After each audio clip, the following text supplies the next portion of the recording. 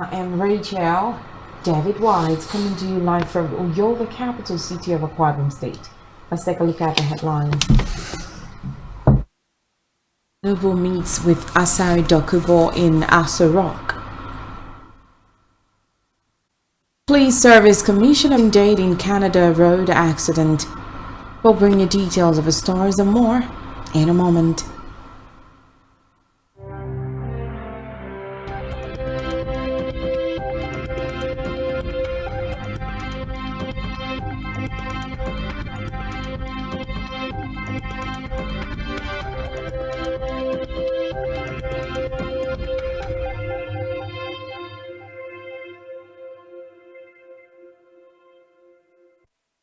Is currently meeting with prominent Niger Delta leader and former leader agitator in the oil-rich region, Asari Dokubo, at the State House, Abuja. Recall that the president had last week reiterated a promise to director of the Niger Delta Development Commission, NDDC, Timi Alaibe, as well as former Director General of the Nigerian Maritime Administration and Safety Agent Tinubu has called for the support of state governors in the task of turning the foreign exchange rate. Tinubu made the call at the inauguration of the National Economic Council (NEC) yesterday in Abuja. Tinubu also listed it meets the needs of the poor and vulnerable.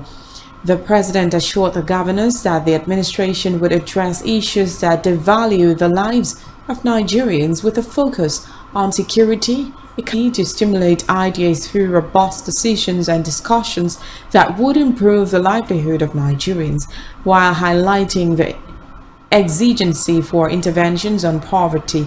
The president further noted that the three tiers of government would need to be involved in economic development in order to ensure inclusiveness, collectivity, and ownership of NEC has set up an ad hoc committee on how to alleviate the suffering faced by Nigerian workers following the removal of fuel subsidy. The council, according to a statement by the Office of the Vice President today, gave the committee 2 weeks to look into 2 scenarios suggested by the national salaries wages and that the national minimum wage be reviewed to reflect present-day realities, and that a cost of living adjustment allowance costing 702.9 billion naira is created to mitigate the impact of the subsidy removal on workers. Meanwhile, NEC also gave an update on the country's account dollars and stabilization account at 26.6 billion naira, while the Natural Resources Fund stands at 96.9 billion naira.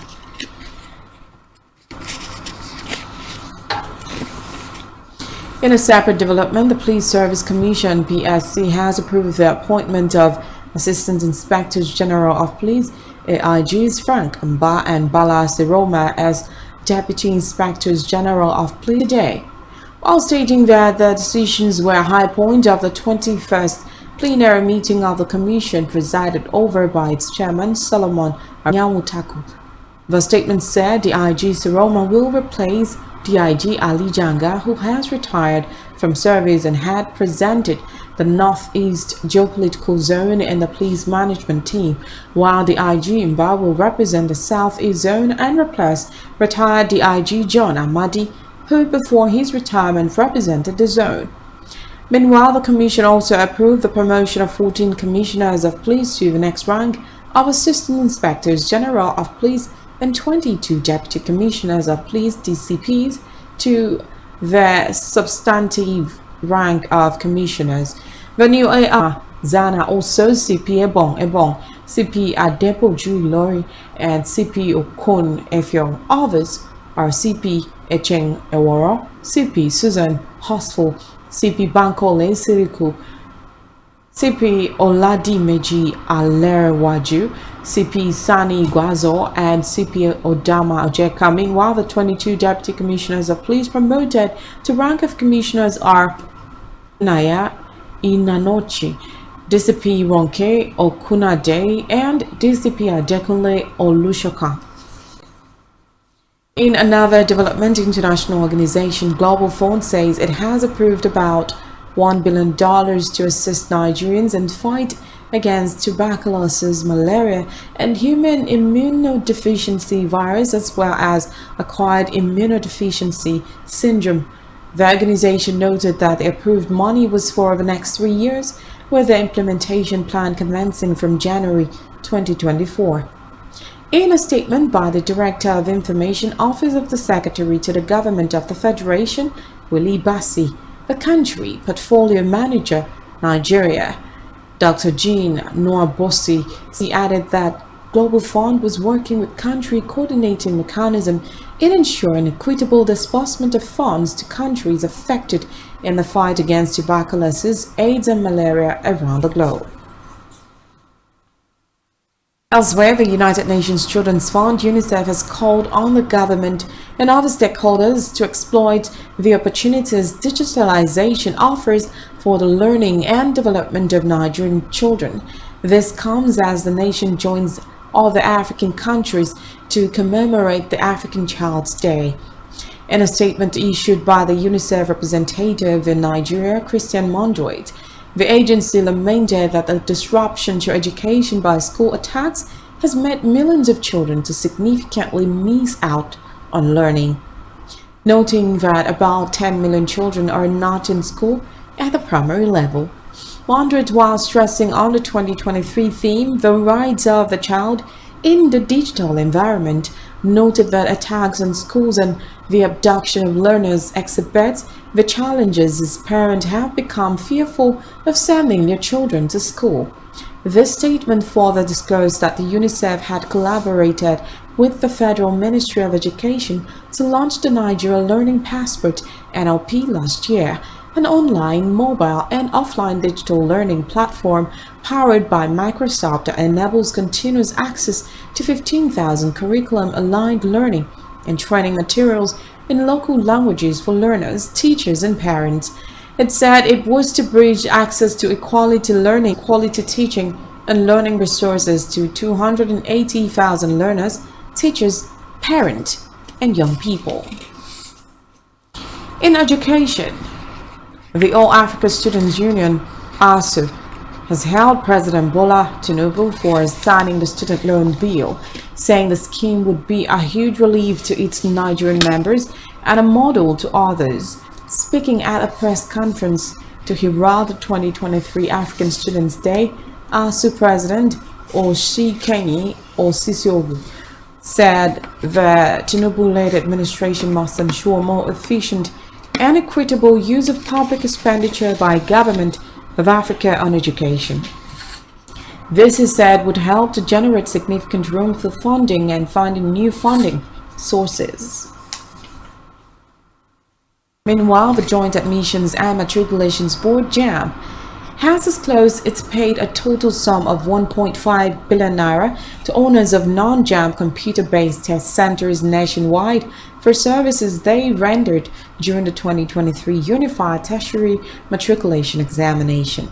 JAM met the disclosure in a statement by the Director of Public Affairs and Protocol of the board, Fabian Benjamin. Benjamin said it was only proper to promptly settle obligations as and when due, so as to promote and sustain a cordial working relationship with partners who discharge their duties creditably. And now to Africa, where the Moroccan government has hosted Professor Wole Soyinka as a special guest at the 28th edition of their week-long book festival that drew literary celebrities from both within and outside the North African country. Soyinka, after a press conference with the Minister of Culture, Sport and Tourism, Mohamed Mehdi, was on stage at Rabat Al Fat Stadium for a conversation with Ali Banka Makhov. Recall that Soyinka left Rabat on June 11 to be in Lagos for the 12 June event, however, proceeded to attend the book fair today. And still in Africa, South African President Cyril Ramaphosa has reportedly arrived in Ukrainian capital Kyiv. Report says Ramaphosa is visiting Ukraine as part of the African peace mission, and negative economic impact and tension arising from the conflict between Ukraine and Russia is a grave situation that affects all of the people in an interconnected world. The statement added that the African delegation will leave Kyiv en route to St. Petersburg, Russia, where they will engage with Putin on Saturday. According to reports, the African Peace Mission comprises the leaders of South Africa, Zambia, the Comoros, Republic of Congo, Egypt, Senegal, and Uganda. On the foreign scene, at least 15 people have died after a truck collided with a bus carrying senior citizens in a rural area of Canada's Manitoba province.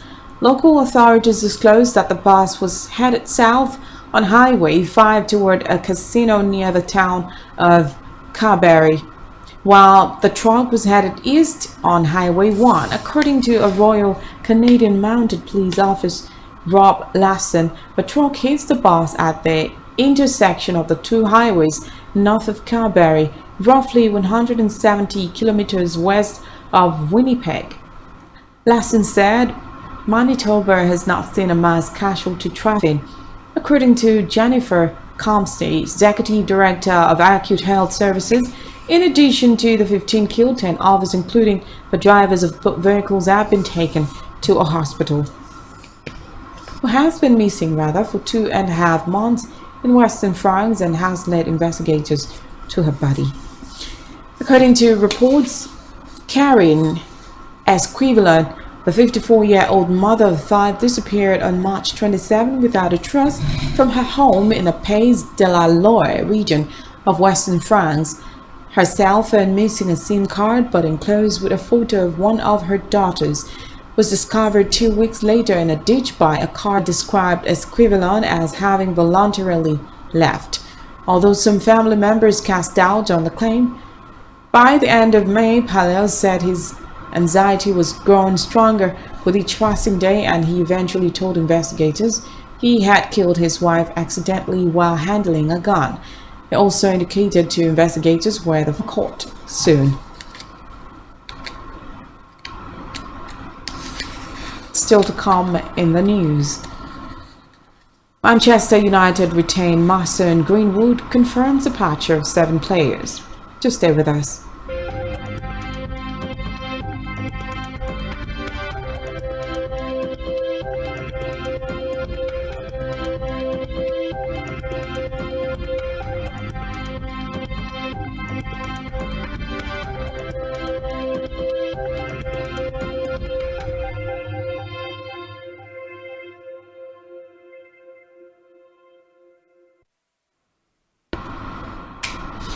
Welcome back and many thanks for staying with us.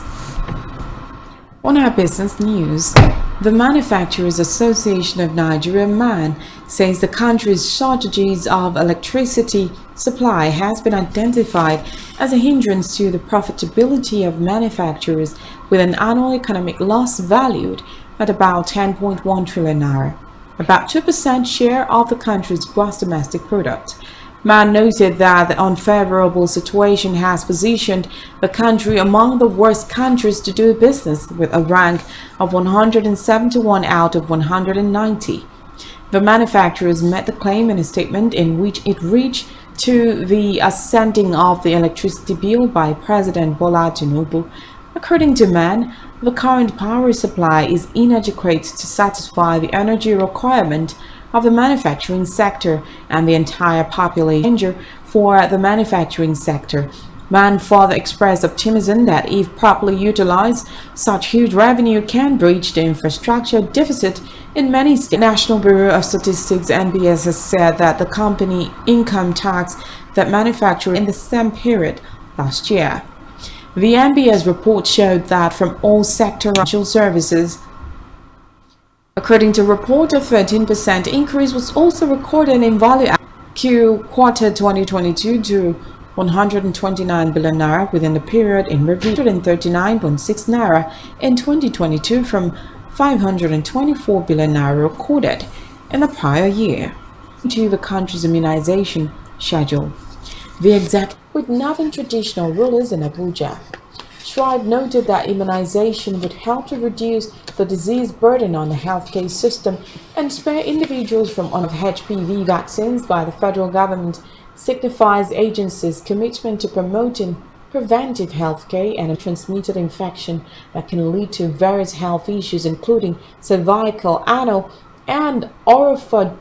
Incident of rape and revealed that 39 cases were recorded within 6 of the National Union of KB State Students and the National Youth Council of Nigeria KB chapter paid her a courtesy visit in Birnin Kebbi. The figure was disclosed by the Permanent Secretary Ministry of Women Affairs Aisha Makurata.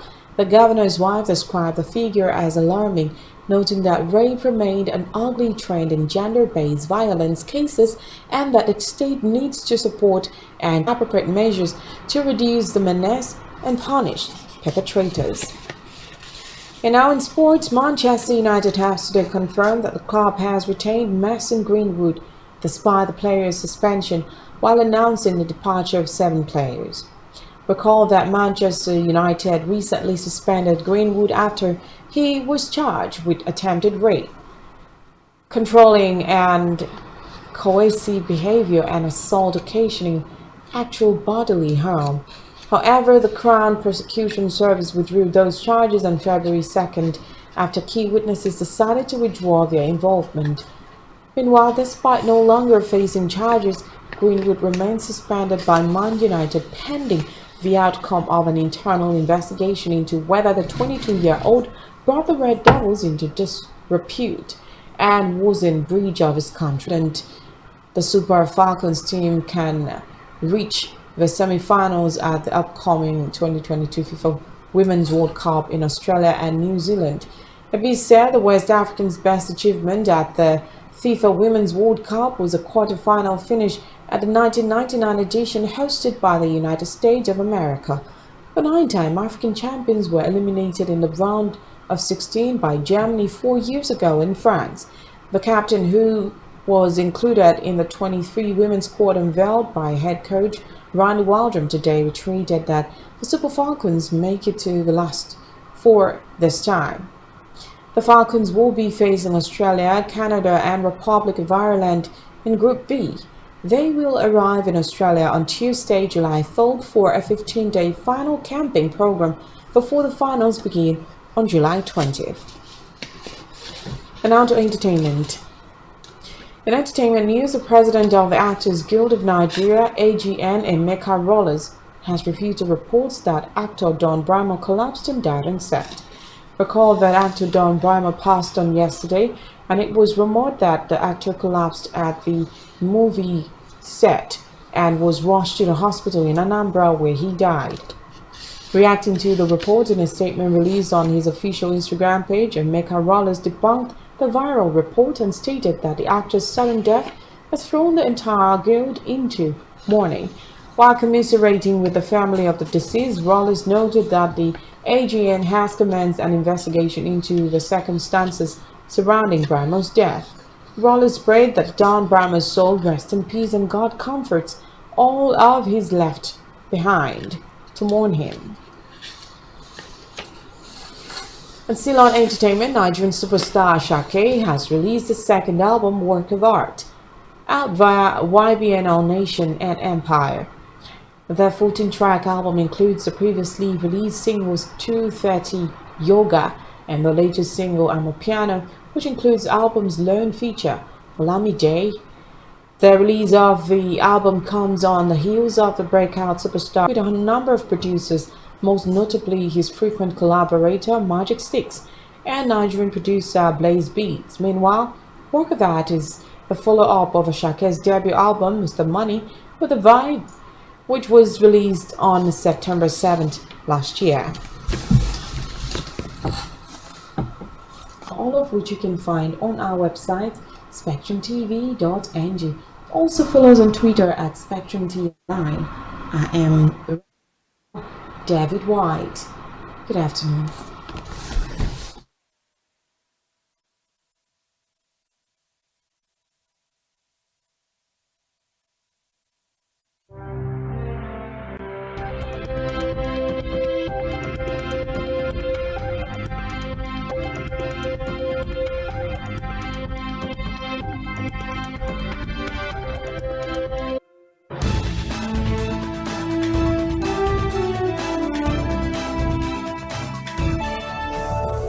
Spectrum TV, broadening your horizon.